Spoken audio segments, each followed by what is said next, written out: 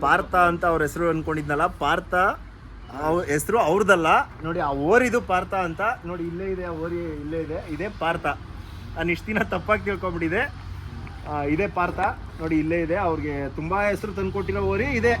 Almost ನಾನು ಎಲ್ಲರೂ ಪಾರ್ಥ ಇದು ಅಣ್ಣವ್ರ ಹೆಸರು ಅಂತ ಪಾರ್ಥ ಅನ್ಕೊಂಡ್ಬಿಟ್ಟಿದೆ. ಇದೆ ನೋಡಿ ಪಾರ್ಥ ಅನ್ನೋದು, ಅವ್ರು ತುಂಬಾ ಹೆಸರು ತಂದ್ಕೊಟ್ಟಿದೆ ಅಣ್ಣ.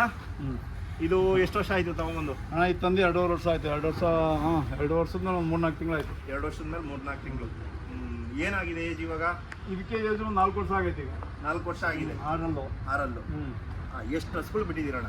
ಇದನ್ನ ಒಂದು 300-350 ಹಸುಗಳು ಬಿಟ್ಟಿದ್ದೀನಿ. ಒಂದು 350 ಹಸು ಬಿಟ್ಟಿದ್ದೀನಿ. 350 ಹಸು. ಇವಾಗ ಏನಲ್ಲಿದೆ ಇವಾಗ? 6 ಫಸ್ಟ್ ಕೆಂಗಲಲ್ಲಿ ಜಾತ್ರೆಯಲ್ಲಿ ಪ್ರೈಸ್ ಆಗಿತ್ತಲ್ಲ 2ರಲ್ಲಿ. ಈ ಸಲ ಏನ ಪ್ರೈಸ್ ಹಾಕಿದ್ರಾ? ಈ ಸತಿ ಪ್ರೈಸ್ಗೆ ಹಾಕಿದ್ದು ನಮಗ್ ಬಂದಿಲ್ಲ. ಬೇರೆ ಹೊತ್ತು ಹೋಯ್ತು. ಅಣ್ಣ ಇವಾಗ ಇದಕ್ಕೆ ಕರುಗಳು ಎಷ್ಟು ಬಿದ್ದಿದೆ ಅಣ್ಣ ಇವಾಗ? ಚೆನ್ನಾಗಿ ಅದೇ ಒಳ್ಳೆ ಕರುಗಳು ಅಂದ್ರೆ ನಮ್ಮೂರಲ್ಲಿ 3-4 ಕರುಗಳು ಐತೆ. ಬೇರೆ ಕಡೆ ಕೊಡ್ಸ್ಕೊಂಡು ಹೋಗಿರೋಲ್ಲ ಬಿದ್ದೈತೆ. ಒಳ್ಳೆ ಕರುಗಳೇ ಬಿದ್ದ. ಅದರಿಂದನೇ ಅವರು ತಿರ್ಗಾ ನಮ್ಮ ಹತ್ರನೇ ಕೊಡ್ಸ್ಬೇಕು ಅಂತ ಬರ್ತಾ ಇದಾರೆ. ಇವಾಗ ನೀವು ಇದಕ್ಕೆ ಇವಾಗ ಹಳೆ ಓರಿ ಆಗೈತಲ್ವಾ, ಇವಾಗ ಹಸುಗಳು ಬಂದಿಲ್ಲ ಅಂದ್ರೆ ರ್ಯಾಶ್ ಆಗಲ್ವಾ? ಹಸುಗಳು ಬಂದಿಲ್ಲ ಬಂದಾಗ ರ್ಯಾಶ್ ಆಯ್ತದೆ ಸ್ವಲ್ಪ ಅಂದ್ರೆ 2 ದಿನ ಗ್ಯಾಪ್ 3 ದಿನ ಕೊಟ್ಟು ಬಂದಾಗ ದನಿನ ಮೇಲೆ ಬಿಟ್ಟು ಕೆಳಗೆ ಇಳಿದಾಗ ರ್ಯಾಶ್ ಮಾಡ್ತದೆ. ಬಿಡುವಾಗೆಲ್ಲ ಒಬ್ಬರೇ ಬಿಡ್ತೀರಣ್ಣ? ಇಲ್ಲ, ಬಿಡುವಾಗ ಸುಮ್ಮನೆ ಹಗ್ಗ ಆದ್ರೂ ಒಬ್ಬೊಬ್ರು ಹಿಡ್ಕೊಳ್ಳೇಬೇಕು. ದನಿನ ಮೇಲಿಂದ ಓರಿ ಮೇಲಿಂದ ಇಳಿತದ ಹಸಿನಿಂದ, ಅವಾಗ ಸ್ವಲ್ಪ ರ್ಯಾಶ್ ಮಾಡ್ತದೆ. ಅದು ಬೇಕಾದ್ರೆ ಇಟ್ಕೊಂಡ್ ಬಿಟ್ಬಿಡ್ಬೋದು ಒಬ್ಬರ. ಇದನ್ನ ಬಿಡಕ್ಕೆ ಸ್ವಲ್ಪ ಇದಕ್ಕೆ ಇಬ್ರು ಇರ್ಬೇಕು. ಇವಾಗ ನಿಮ್ಮ ಅಂದಾಜಿಗೆ ಇದು ಇವಾಗ ನೀವು ಹಸುಗಳ ಮೇಲೆ ಬಿಡ್ತೀರಲ್ಲ, ಎಲ್ಲ ಬರ್ಕೊಂಡಿರ್ತೀರಾ ನೀವು? ಬಿಟ್ಟಿದ್ದೀನಿ ಪ್ರತಿಯೊಂದು ಇದಿದೆ ಲೆಕ್ಕ. ಇವಾಗ ನಿಮ್ಗೆ 2 ವರ್ಷದಿಂದ ಎಷ್ಟು ಸಿಕ್ಬಿಟ್ಟಿದ್ದೀರಾ ಅಂದಾಜಾಗೆ? ಅದೇ ಒಂದು 300-350 ಸಿಕ್ಬಿಟ್ಟಿದ್ದೀರಾ. ನೀವು ಲೆಕ್ಕಾಚಾರದಾಗೆ ಇವಾಗ ಒಂದು ನಿಮ್ ಕಣ್ ಕಾಣಂಗೆ ಒಂದು 4-5 ಕರುಗಳು ಚೆನ್ನಾಗಿರೋ ಬಿದ್ದಾವೆ. ಇದೈತೆ ನಮ್ಮೂರಲ್ಲಿ ಒಂದು ಬಿತ್ತನೆ ಕರನೇ ಐತೆ ಈಗ ಆಲ್ರೆಡಿ 1 ವರ್ಷದ ಕರ. ಬೇಕಾದ್ರೆ ಅದನ್ನು ಕರ್ಕೊಂಡೋಗಿ ನಿಮ್ಗೆ ತೋರಿಸ್ಕೊಡ್ತೀರಾ. ಓಕೆ. ಇವಾಗ ಈ ಊರಿಗೆ ಇನ್ನು ಎಷ್ಟು ವರ್ಷ ಆಯ್ಸಿದೆ ಈ ಓರಿಗೆ? ಅಕಸ್ಮಾತ್ ಸರ್ ನಾವೇ ಮಾಡಿಕೊಂಡು ನಾನು ದನಿನ ಮೇಲೆ ಬಿಡ್ತೀನಿ ಅಂದ್ರೆ ಇನ್ನ 7-8 ವರ್ಷ ಬಿಡ್ಬೋದು. ಹಸಿನ ಮೇಲೆ ಬಿಡ್ಬೋದು 7-8 ವರ್ಷ. ಈಗೇನಪ್ಪ ಅಂದ್ರೆ ಕ್ರೇಜ್ ಜನಕ್ಕೆ ಕಡೆ ಬಿದ್ಬಿಡ್ತು ಅಂದ್ರೆ ಓರಿ ಮುಗೀತು ಕಡೆ ಇದು ಅಂತ ಹೇಳ್ತಾರೆ. ಕಡೆ ಬೀಳೋ ವರ್ಷಕ್ಕೆ ಓರಿಗೆ ಒಂದು 4-4.5 ವರ್ಷ ಆಗಿರುತ್ತೆ. 4 ವರ್ಷಕ್ಕೆ ಏಜ್ ಆಗ್ಬಿಡುತ್ತಾ? 4 ವರ್ಷ ಆಲ್ಮೋಸ್ಟ್ ನಾನು ಕೇಳಿರೋ ಮಟ್ಟದ ಪ್ರಕಾರ 4 ವರ್ಷ ಆದ್ಮೇಲೆ ಕರು ಚೆನ್ನಾಗಿ ಬೀಳುತ್ತೆ. ಜನ ಇವಾಗ ಏನೇನ್ ಮಾಡ್ಕೊಂಡವ್ರೆ, ಕಡೆ ಬೀಳ್ತು ಅಂದ್ರೆ ಓರಿ ಇದಾಯ್ತು ಅಂತ ಅನ್ಕೊಂತಾರೆ. ಅನ್ನೋ ತರ ಅನ್ಕೋತಾರೆ. ಅದಲ್ಲ, ಅದು 4 ವರ್ಷಕ್ಕೆ ಅದಕ್ಕೆ ಸಮ ವಯಸ್ಸು. ಅವಾಗ್ಲೇನೆ ಅವನು ಯಂಗ್ಸ್ಟರ್. ಅವಾಗ್ಲೇ ಅವನು ಯಾಕೆಂದ್ರೆ ಇನ್ನು ಏಜ್ ಬೇಜಾನಿದೆ ಇದಕ್ಕೆ.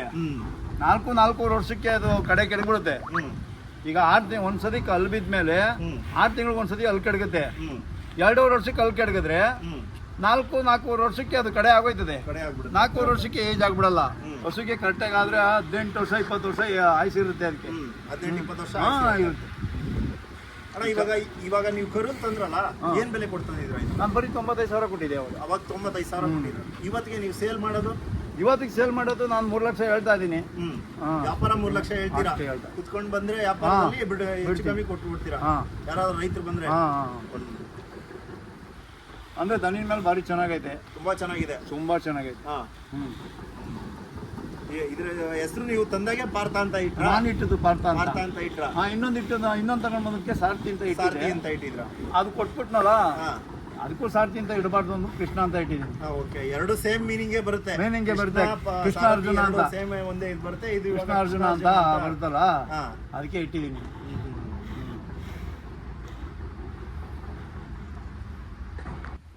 ನೋಡಿ, ಪಾರ್ಥಂಗೆ ಒಂದು ಬೀಜದ ಕರು ಬಿದ್ದಿದೆ ಇಲ್ಲೇ ಅವ್ರೂರಲ್ಲೇ. ಅದನ್ನ ತೋರಿಸ್ಕೊಡ್ತಾರೆ ಅಣ್ಣವರು.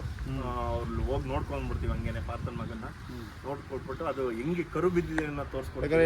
2 ಹೆಣ್ಗರುಗಳು ಐತೆ, ಇನ್ನೊಂದು ಓರ್ಗರು ಐತೆ. 2 ಹೆಣ್ಗರು, 1 ಓರ್ಗರು ಇದೆ. ಅದು ತೋರಿಸ್ತೀನಿ.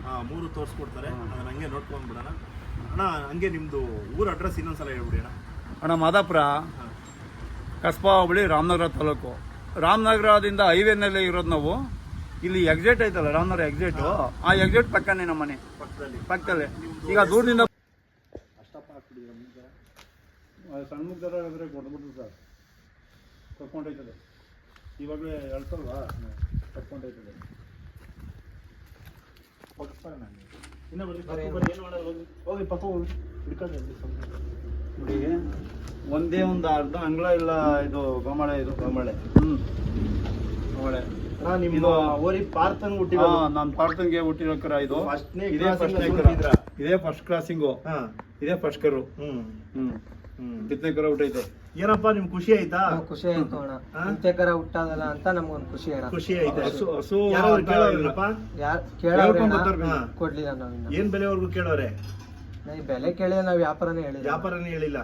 ನೀನು ಕೊಡ್ತೀಯಾ ಇಲ್ಲ ಮಡಿಕೋತೀಯಾ? ಕೆಂಗಲ್ ಗಂಟೆ ಇರ್ಲಿ ಅಣ್ಣ, ಕೆಂಗಲ್ವರೆಗೂ ಮಡಿಕತ್ತೀಯಾ? ನಿನ್ಗೂ ಒಂದ್ ಆಸೆ, ಕೆಂಗಲ್ ಗಂಟೆ ಇರ್ಲಿ ಅಣ್ಣ, ಆಮೇಲೆ ಬಂದ್ರೆ ಕೊಡೋಣ. ಆಮೇಲೆ ಕೊಡ್ತೀರಾ? ಕೆಂಗಲ್ ಮೇಲೆ ಕೊಡ್ತೀರಾ? ಕೆಂಗಲ್ ಮೇಲೆ ಖುಷಿ ಆಯ್ತು, ಚೆನ್ನಾಗಿದೆ. ಖುಷಿ ಆಯ್ತು ಅಣ್ಣ. ಇವಾಗ ನೆಕ್ಸ್ಟ್ ಇದ್ರ ಅಮ್ಮಂಗೆ ಕ್ರಾಸಿಂಗ್ ಅಲ್ಲೇ ಮಾಡಿಸಿದ್ಯಾ? ಇನ್ನು 6 ತಿಂಗಳು ಫಲ ಹಾಗೆ. ಇವಾಗ ಅದೇ ಪಾರ್ಥಂಗೆನೆ ಪಾರ್ಥನ್ಗೆ ಫಲ ಆಗಿದೆ. ತುಂಬಾ ಚೆನ್ನಾಗಿ ಬಿದ್ದೈತೆ ಅಣ್ಣ. ಎಷ್ಟು ಕರೆಕ್ಟಾಗಿ ಎಷ್ಟು ತಿಂಗಳಾಗೈತೆ ಅಣ್ಣ? 10 ತಿಂಗಳಾಗದೆ. 10 ತಿಂಗಳಾಗೈತೆ ಕರೆಕ್ಟ್ ಆಗಿ. ಕರೆಕ್ಟ್ ಆಗಿ. ಏನೇನ್ ಕೊಡ್ತೀಯ ಇದಕ್ಕೆ ಇವಾಗ? ಅಣ್ಣ ಬೆಳಿಗ್ಗೆ 1 ಲೀಟರ್ ಹಾಲು, ಅರ್ಧ ಹಚ್ ಬೆಲ್ಲ, ಹಾ ತಿರ್ಗಾ ಸಾಯಂಕಾಲ ಜೋಳ ನುಚ್ಚು, ಚಕ್ಕೆ ಒಟ್ಟು, ಹಾ ಹುಳ್ಳಿ ನುಚ್ಚು, ಅಕ್ಕಿ ನುಚ್ಚು, ಅಕ್ಕಿ ನುಚ್ಚು ಇಷ್ಟು ಮಿಕ್ಸ್ ಮಾಡಿ ಕೊಡ್ತೀವಿ ಅಣ್ಣ. ಮಿಕ್ಸ್ ಮಾಡ್ಕೊಟ್ಟು ಸಾಕ್ತಾ ಇದೆಯಾ? ಚೆನ್ನಾಗಿ ಸಾಕಿದ್ಯಾ? ಚೆನ್ನಾಗೈತೆ. ಖುಷಿ ಐತೆ ನಿನ್ಗೆ? ಖುಷಿ ಆಯ್ತು ಅಣ್ಣ. ಖುಷಿ ಐತೆ. ಇವ್ರ ಕರ ಇಲ್ಲಿ ಕಡೆ ಹಾಕಿರ್ತಾರೆ ಮನೆಯಣ್ಣಂದು. ಮಾಹಿತಿ